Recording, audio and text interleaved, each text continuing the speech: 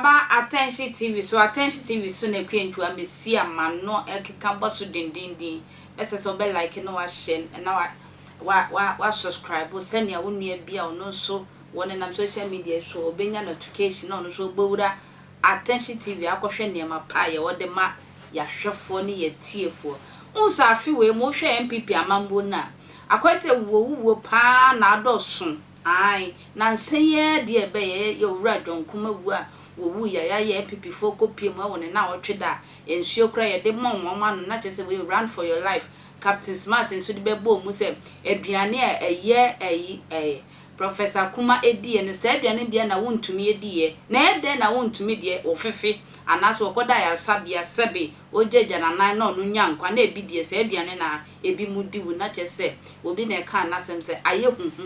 na eye party emu aye kupa wenso eye Professor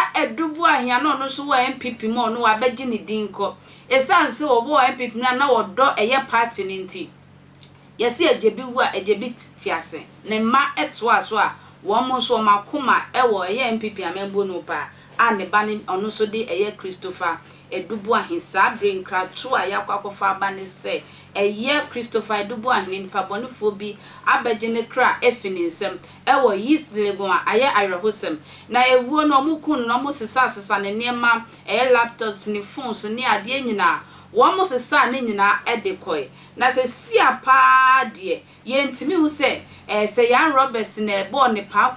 ekokun no se hifu ti se dachi bia yeko eye asamando ekofre eye owura Christopher Boahen no no ankasa be yina no akire mu kwan a efa so a